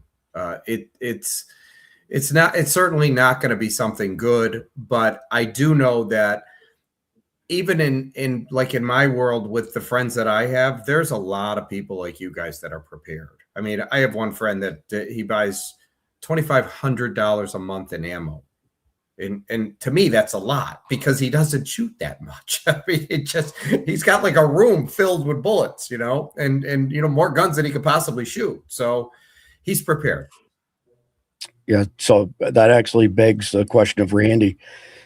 Does that qualify somebody as a real American, TM Randy Ants? Oh, I would say so. Absolutely. Just on that one bit of information alone.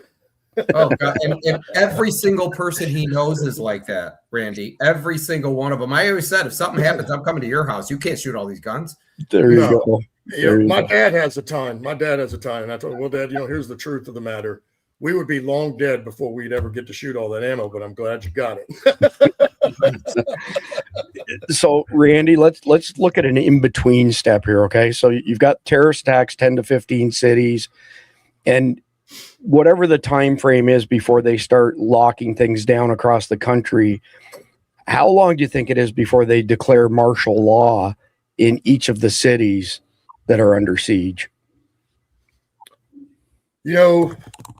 I'm going to, that's hard to guesstimate because although I would say it's going to be a lot quicker, then it's going to be longer, right? They're not going to wait for a long time because I think, whether it was the Civil War or anything else or the race war they tried to get on, they're going to be ready when this thing goes off to implement their plan because this will be the catalyst that implements whatever they're going to do next. You can bet on that. I would guarantee you, I would put everything I owned on it. They will jump right on that. So I would bet by the third day, by the time they get to the hospital, if it's not by then, on the fourth day, they'll declare martial law. Fair enough. So, Jeff, give our audience a reminder on martial law and the Constitution first and foremost, and you can, speculate like Randy did, and then I have a second question for you after that. Well, as I've said a number of times on this show over the years, that if you look at the Constitution, find a copy online and search for martial law, it does not appear. There is absolutely nothing in the U.S. Constitution that gives the government authority to declare martial law. And remember, the Constitution isn't limiting your rights or defining your rights. The Constitution limits what the federal government can do. And it says very specifically what it can do. And it says, and then unless the federal government has been specifically given a function to do or the authority to do something, it can't do it. That's the 10th Amendment. Anything not enumerated in the Constitution goes to the authority of the states. And there's nothing in the state constitutions either that say they can declare martial law. So the federal government coming in and saying we're declaring martial law, you can go, well, that's nice. You might as well declare yourself Santa Claus too, because you have just about as much authority to do that as you do martial law. So kiss my ass. Do you reckon that fellow NATO members would offer to help? And if so, do you think that the feds would entertain having them here to help? Not this Fed, but a Democrat Fed probably would. But, as Randy said, 80% of you are targets. Well, they're going to be the 80%. Those shiny blue helmets make good targets. Yeah, fair enough. Fair enough. All right. So that is the end of segment number 3. We're getting ready to pivot into segment number 4. Smart grids snap shut 15-minute zones turn into traps. But before we get into that, I'm going to send a couple URLs out to y'all in the live chat on all 9 platforms that we're broadcasting to. And if you go to wasatchwagyu.com, best frickin' jerky in the world. Those of you who haven't know this, this is the most supple, best tasting jerky bar. Now, I make sandwiches out of this stuff, by the way. wasatchwagyu.com. We don't get paid affiliate income. They help us defer our expenses.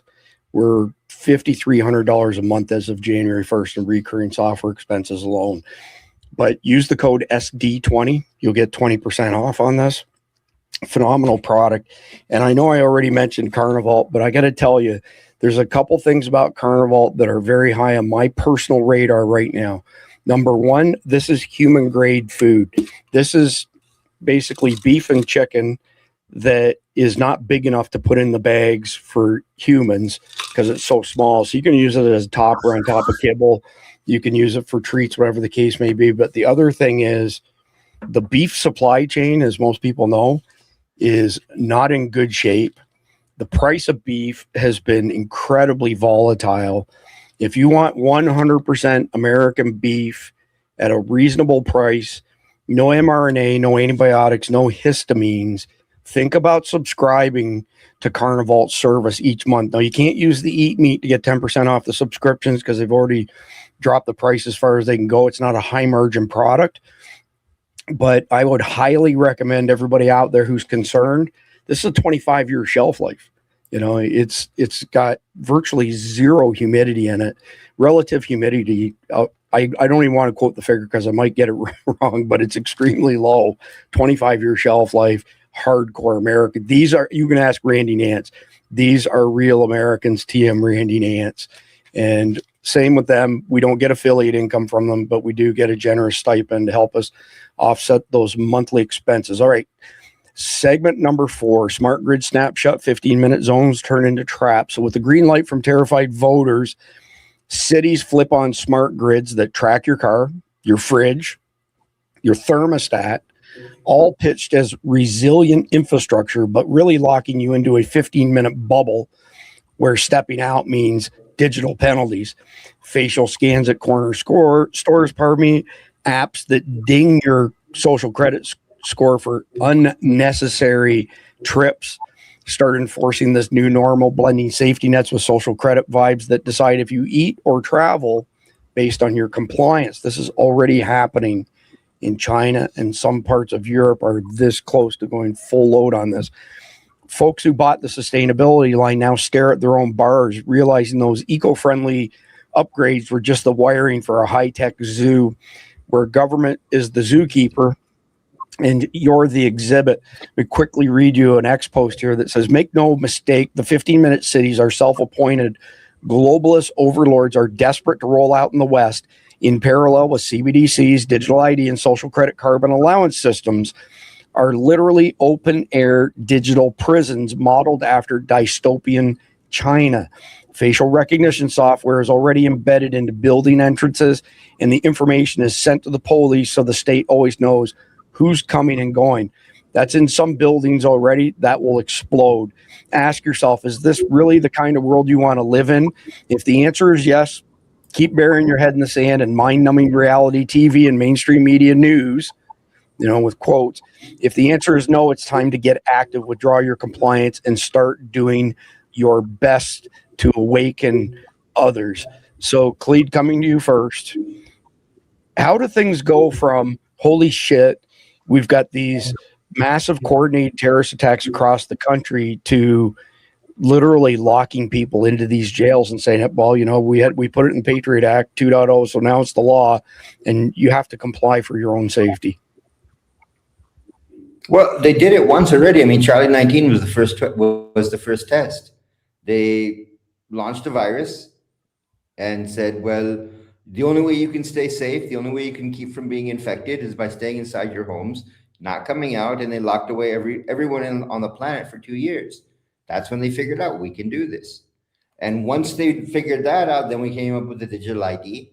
We came up with smart cities. We figured out that, okay, if we do this and enclose a smart city, we can create our own slums. We can create our own middle-class neighborhoods. We can block off the rich so they are all, happy and nobody bugs them at all. They can live safe and without any concern. You have taken the gated community and made it global. The problem we're going to have is that anyone who tries to fight against this will not have access to their currency, will not be able to buy anything, will not be able to travel, will not be able to survive, will not be able to put their children into good schools because it's not in that 15-minute range. What they're creating right now is different levels of slums. That your economic position in life right now is what your economic position will be forever. It will be what your children's economic position is forever. America is not as foolish as Europe is. Europe is bought into this sustainability and into this digital ID and everything. By the time they figured out what was going on, they went, oh, wait a minute. we just screwed ourselves. The US is still very hesitant. My concern right now, again, I'm going to bring up Palantir because with JD Vance and Peter Thiel so close to each other, that if Donald Trump is no longer president of the United States and JD Vance is, Palantir is across the United States. You will not need a police force anymore. You will have a computer system running AI, figuring out who the criminals are, arresting them and locking them away before they even commit a crime. Palantir is going to be the worst thing that could ever happen to any country in the world. And if you want an example of it, look at Germany. The German police are operating just like the Stasi used to. Before you commit a crime, they're coming, beating the hell out of you and arresting you. Yeah, it's scary stuff. Sam, I'm curious what your thoughts are. If the feds dangled a whole bunch of money in front of, city councils, county councils to engage in all of this, 15-minute city infrastructure, do you reckon they would take it, or do you think most of them would stand up to the feds? I think it depends on where you live. If you live in places that are blue, I think they're going to take every nickel. I mean, I've always said we have the best Congress money could buy. And, certainly any of these politicians are all going to be, anytime they can get their hands on easy money, they're going to do it. But you're not going to have that happen in places like where I live, in Florida. None of these places are going to tolerate something like that. I'm curious because I've never really heard of these 15-minute cities, and all of a sudden I'm in this conversation and I'm sitting here going, well, who in the hell's going to be part of this? I definitely believe you're going to have a lot of the liberals that are going to be on board with it for whatever reason. I have no idea. But the rest of America, people are not that dumb, guys. They really aren't. And I don't think they're going to tolerate something like this. Well, for our sake, I hope you're right, Sam. So, Randy, just a question out of left field here, but what do you reckon the creepiest tech is that's already baked into all kinds of physical infrastructure, devices, homes, buildings, cars, that they're going to weaponize first against us?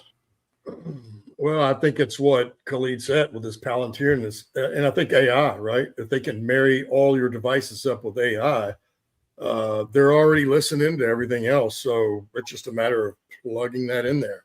I would bet they've already got it done. In fact, I don't know if we're going to take it or not, but I think Khalid's right? There's not going to be a vote about this. The populace is not going to get the vote whether we bring this stuff in or not. When this event kicks off, it's going to be just like 2019 and 2020. They're going to tell you this is what needs to happen in the interest of public safety. And I will submit that COVID-19 and lockdowns weren't the first test run, certainly on the lockdowns. There were some before, and the one that I go back to the most now, because I remember the day it happened, and the following weeks I was thinking to myself, boy, this is setting up a precedence that may not be good for us. And that was the Boston bombing, right? Those two guys. And I said it then, this is a test run, because the next thing you know, when they did what they did and they escaped, they asked the entire city to stay indoors. Nobody come out, just stay in your house. These guys are still out there. It's very dangerous. And why did they pick Boston? Well, because these people like symbolism, right? And you go back to our own, America's own independence started with the Boston Tea Party. And when that happened, so why not, if you're going to test whether Americans are going to accept that something is in the interest of their public safety and they're just going to do it, why wouldn't you test Boston? It's, it's been the kind of attitude, the American attitude that we're not going to take shit from anybody. So you would start there. And of course it worked perfectly, and then right into COVID. So when this happens, no one's going to get the vote on it. Trust me, that's not happening. What's going to happen is they're going to tell you exactly what they are doing, and we should have voted this in. They're going to say, well, because what we do know, right? Whether it's if you deem an organization or a country a terrorist organization, right? That opens up all kinds of new doors for the federals and things that they can do. It unties their hands, basically, right? And that's good, right? As long as it's a real terrorist. But when they start naming people that aren't terrorists, like Tulsi Gabbard, so they can put you on the do not fly list, that's where you start having problems. And it's going to be no different than this. That's, and he's right. Khalid's right, because we're talking about those flock cameras. Heck, they got one, but the intersection to the freeway from my house is less than a mile as a straight line crow distance. It's less than a mile. Now there's one there. And from my understanding, they voted in on the HEOA. We have them around the neighborhood. So you can't drive in and out of this neighborhood without them knowing. And right now, that's a good thing when we're hunting down pedophiles and criminals, right? But what about when it's used to lock your ass down and everybody else? So all these systems tied in together, they're not going to need a police force because they're going to have you electronically.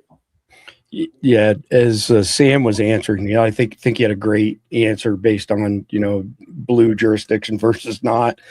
There was an article or an expo, something like that came up when I was putting this brief together, where somebody described Charlie 19 as COVIDistan, and that the blue areas would become, the same thing that COVIDistan was, which I think is an interesting play on words. Jeff, last question on this segment before we go into the final segment. If somebody's basically walled off, in other words, wherever you currently live gets turned into part of one of these 15-minute cities, what is your recommendations for people who are paying attention and what they can do? Is there any way to hack the system? Is there any way to fly below the radar, or just got to get the heck out of Dodge? Well, I think, 20-minute city is not that big, really. And they're going to have to enforce it, and that's going to require people. How many people and what kind of resources are they going to assign to a 20-minute city to make sure people don't leave? Probably not that many people, so they'll probably go with technology. They'll have cameras and license plate readers and things like that. Things like that are also easily sabotaged or destroyed.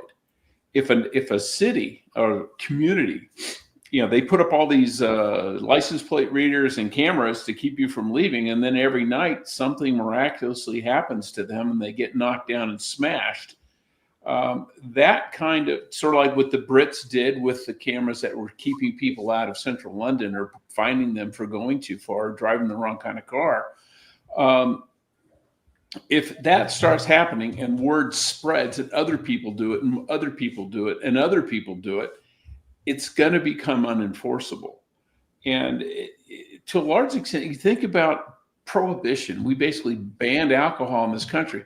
All that did was just spur a huge desire for it, because Americans are stubborn. Oh, you say I can't have it? Now I want it more. And the other thing is, well, I can make more money at this, so let me figure out how to make alcohol in this, in my barn, and be a bootlegger or smuggle it in from Canada or do whatever. People will overcome. And when it comes to their own freedom, it's very difficult to keep people under thumb if they don't want to be under thumb, especially if they're armed to the teeth like Americans are. Thank you for restoring some hope, Jeff. That was well said. I'm glad you closed out that section. So moving into segment number 5, I titled it The Endgame Lock-In, Spotting the Cage Before It Clangs Shut. So months in, post 9/11 2.0, the temporary controls hardened into everyday life, with carbon rations and transaction blocks turning free Americans into scored up livestock, herded by algorithms that punish dissent with blackouts or travel bans. While politicians pat themselves on the back for averting disaster, the real winners are the tech overlords cashing in on eternal monitoring, leaving regular Joes fighting for scraps of privacy in a world wired for obedience. But here's the kicker. And man, you couldn't have set this up better, Jeff. If enough of us wake up now, ditch the dependencies, and build back local and off-grid, we can bust this tyranny wide open before it becomes the only reality that our kids know.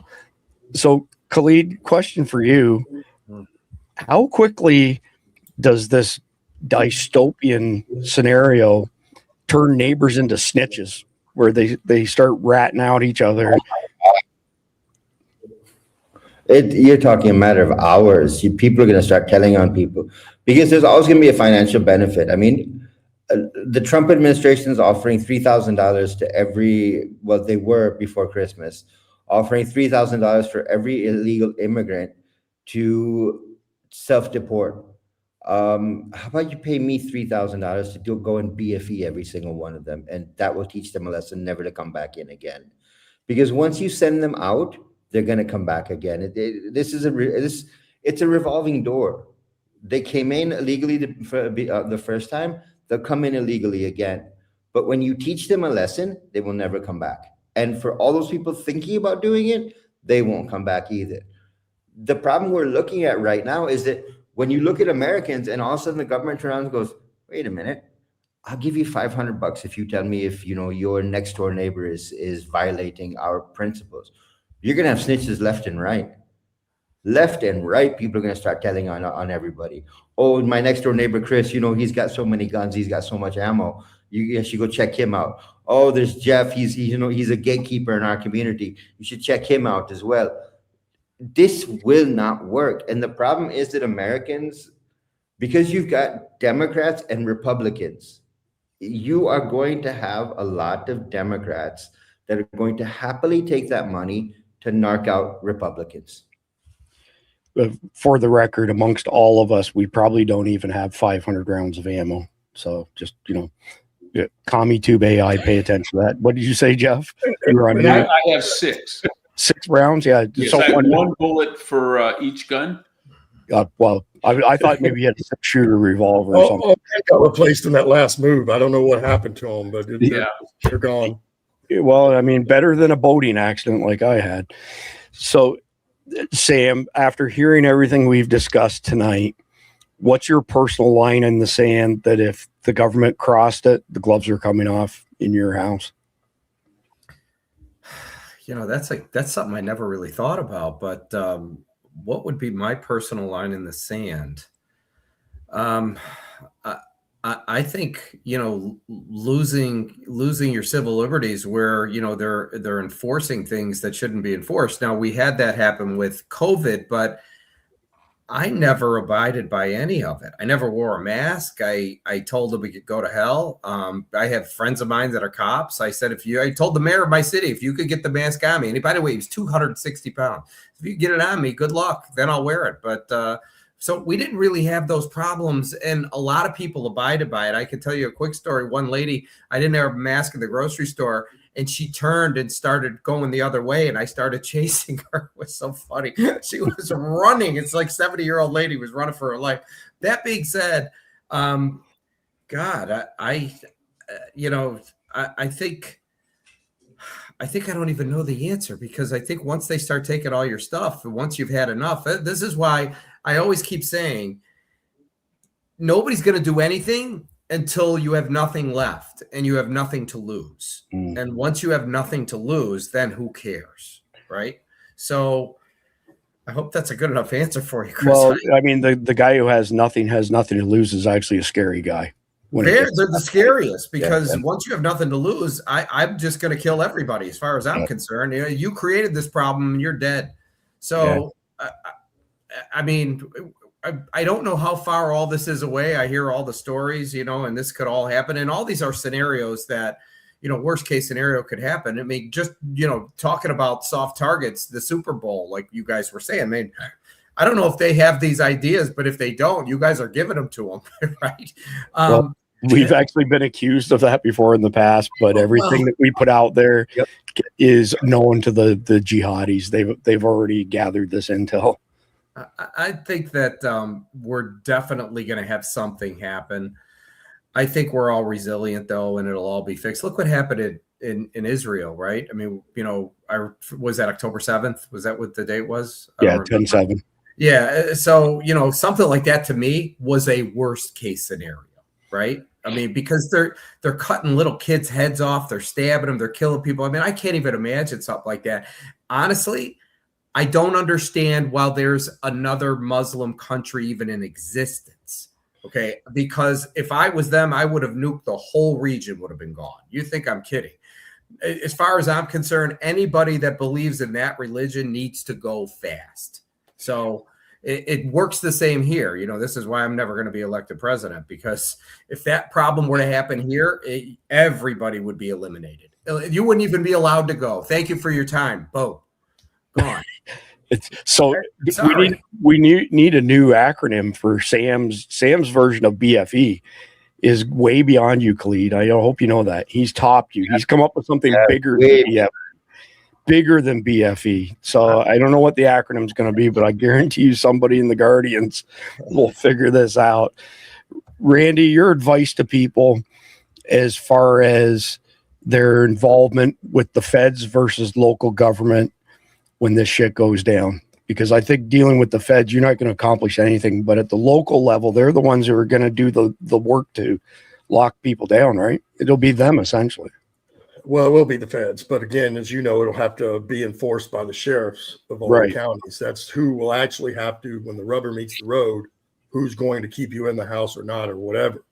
And I just want to caveat a little bit off of what you asked, Sam. So when they come and ask for the guns, folks, it's time to fight. Because when they actually come for the guns, that means when they get them the guns, it's on. They're going to then go full court press.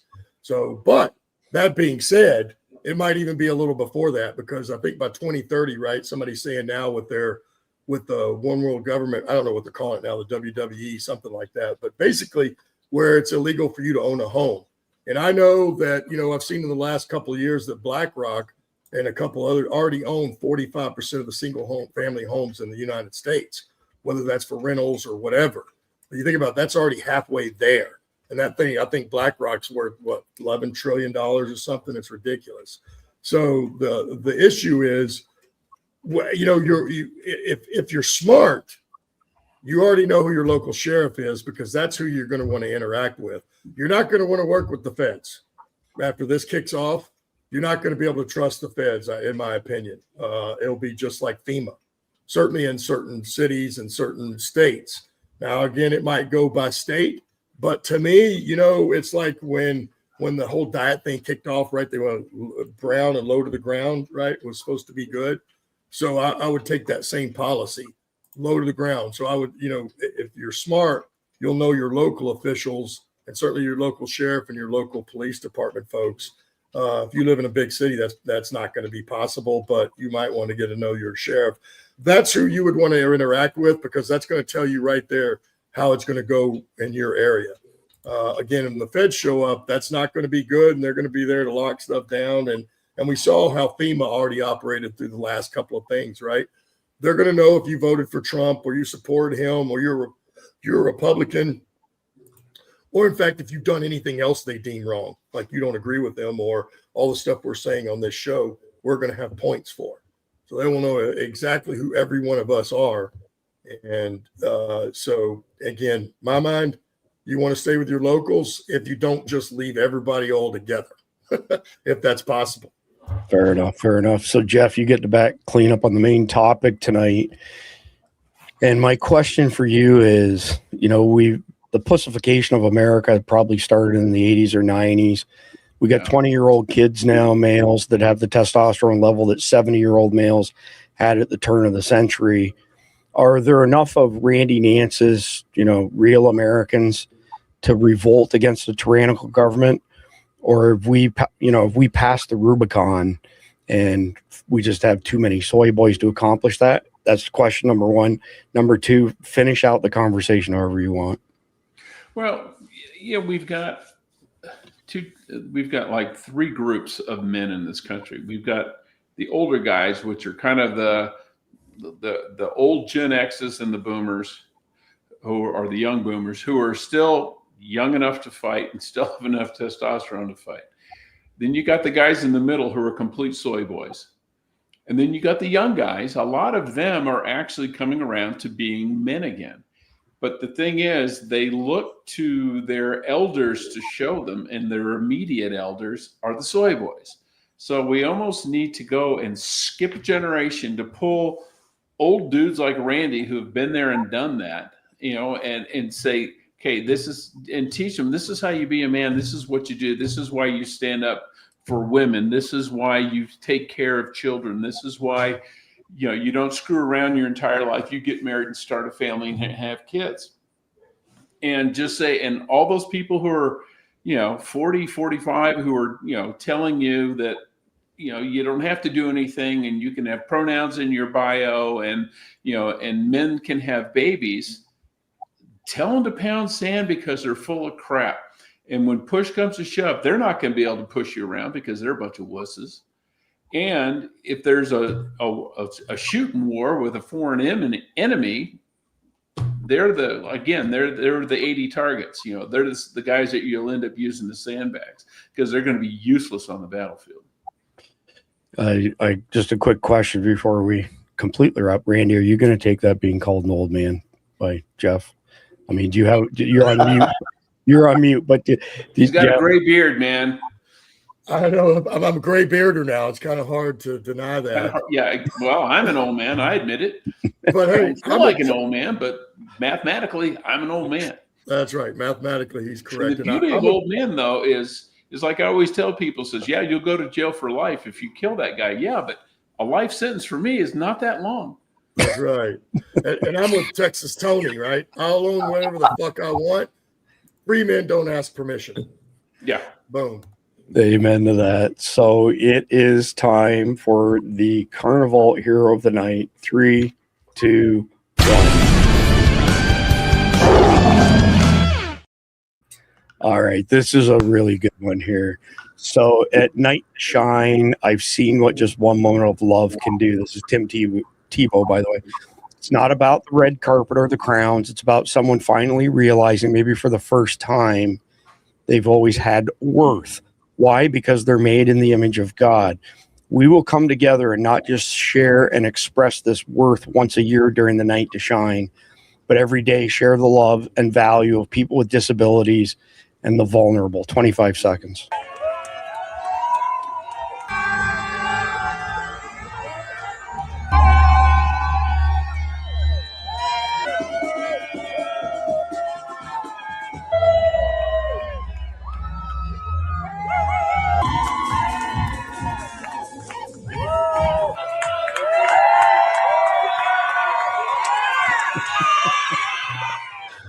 That last one is awesome. That's so cool. It is. And we haven't done any audience polls, but if you think Tim Tebow, pardon me, is an awesome human being, put a 1 in the live chat.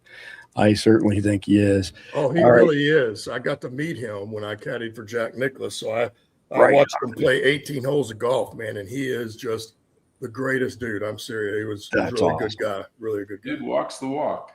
Yeah, he does. He sure does. What an awesome human being. So, a conflicted question. After being unjustly kicked out of your survivalist group and betrayed by your friends, you were left powerless against them. There's an opportunity to turn them in to their enemies. This would put you at a great advantage and bring your friends down. Former friends, I should say. Would you do it? Yes or no? And why? Going to the king of BFE first. I wouldn't turn him over to I wouldn't turn my friends over to the enemy. No, I have weapons of my own. I will sort them out on my own. They will no longer breathe. You kick me out for no reason. You won't breathe anymore. That's a clear BFE situation. How did I know that was going to be Khalid's epic answer? Well done, Sam. What would you do? Again, I wouldn't turn him in. I'd like to know why I was unjustly kicked out.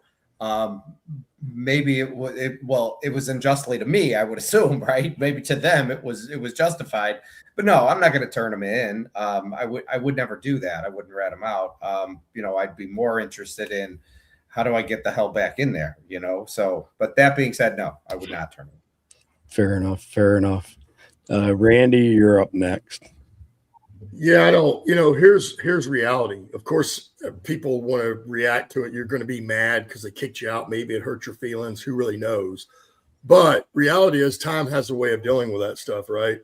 And what I've learned, when I was younger, I tried the scorched earth policy a couple of times. And, it felt good for a short period of time. But what I found out was later, as the days and months and years went by, some of that scorched earth, I wish I hadn't scorched, right? So, and then there's also that karma thing. You go turn these folks in just because they kicked you out. It could also be adversely to you, right? Not just in karma, but think about, you're somewhat of a traitor. Now they kicked you out, yes, but you went and turned them in where they're either going to be enslaved or killed. And so the reality is that's far worse than what they did to you. And so I would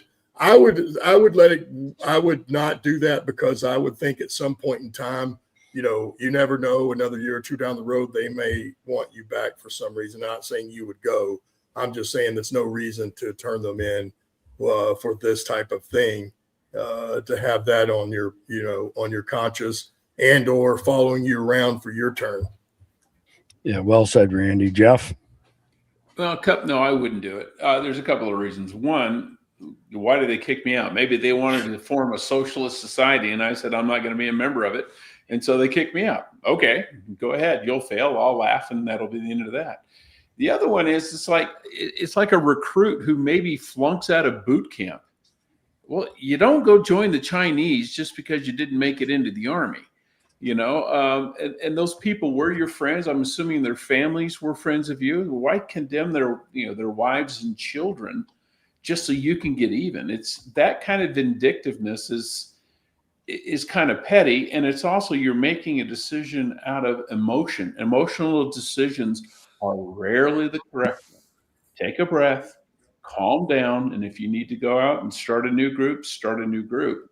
But, turning somebody over, because they might end up being an ally in the future. You start a new group and a bigger group comes in, they may join with you to protect your guys. Yeah, good answer, Jeff. And I've got my screen here all covered up by extra elements, so I'm going to try and switch around. There we go. So I have a friend, a very wealthy friend, who said that he used to, go scorched earth on people who had wronged him. And finally somebody said to him, why are you wasting all of your time and energy going after these people? And his response was, well, they did me wrong. I'm going to get payback. And the guy said, you don't realize that God will look after that for you? You don't have to waste all this time and energy and get all stressed out about going after these people. They will get their comeuppance. About 6 months later, something happened, and this particular individual took his friend's advice. And shortly thereafter, something happened to the person who had wronged him. And he thought to himself, holy crap, that was right on the money. So he tells me this story, believe it or not too long ago. And it really struck a chord with me. Now, most of the time I adhere to that anyways, because I have such limited time. I don't have time to go and burn shit down. I've got too much to accomplish. But that story from that friend of mine really struck a note and resonated. So in my mind, that's why I would not seek it either. Sam, give us a shameless plug for yournews.com and then Nico Ventures, please. Oh, sure. We're a hyperlocal news network. We operate in every city in the United States. We're a news content distribution platform. So we serve news to a city, county, market, state, regional, or national. We now have over 5,500 news reporters and growing daily. And all the content we do, both local and national news, monetization model for content creators. Ultimately, at the end of the day, everybody knows the legacy media is not going to survive. What we do will become the next mainstream media. It'll be a platform like ours, hyper local, where you can, write about the city council meeting, school board meeting. I mean, there's still a demand for news, right? It's just how people consume it has changed. YouTube created technology where, Chris, anybody could be a broadcast journalist, right? Without even going to broadcast journalism school, and the cream rises to the top. What we have is technology where anybody could be a local news reporter, and the marketplace is going to decide who they like and who they don't like. And this is, it is where everything is headed. We're working on building our content creator base to 100,000. And then I think in the United States, we could have about 1 million because it's only 50 people per city. And then we have an investment opportunity. People make investments in the company, and you're looking at the parent company is called Nico Ventures. and that's what owns and operates Your News. The reason we did that is it's like a holding company, kind of like a News Corp owns Fox, and I don't know how many other companies they own, but this is ultimately a roll-up model. Information is in there, so anybody who wants to be a shareholder, we're finishing up the first round. We'll start another one right after that. I appreciate that, Sam. It's a great product. Check it out, y'all. yournews.com. I put links in the live chat for both of them, and appreciate you coming back and visiting with us, Sam, and giving us your unique perspective on things. So I want to thank everybody out there, our guardians and our sponsors in particular. Without y'all, we couldn't do what we do. We have some pretty significant expenses that y'all help defer, and we appreciate it very, very much. We'll be back tomorrow night with the next episode in our long war series titled Health Mandates and Biodigital IDs. So between now and then, 7 p.m. Eastern time tomorrow night, do me a favor and please like, share, comment, subscribe. God bless America. God bless. And thank you, Pastor Kessel, for closing us out. Shall we pray? Heavenly Father, we thank you for the opportunity to come before you in the name of Jesus Christ, the King of Kings and Lord of Lords. Lord, we thank you for being able to serve the Prince of Peace and the God of Peace, and that your Spirit is also the Spirit of peace. Lord, we certainly need peace in this time in our lives. Lord, your word says that if we turn back to you, in 2 Chronicles chapter 7, verse 14, the Bible says, if my people which are called by my name shall humble themselves and pray, and seek my face, and turn from their wicked ways, then I will hear from heaven and will forgive their sin and heal their land. Lord, we need your healing. Lord, we need your guidance, your direction. Lord, again, thank you for the precious word of God that you've given us that would give us all that. Lord, I pray that as we continue throughout this season, may we be mindful to bring glory, honor, praise, and worship to your name. I ask it in Jesus' name. Amen.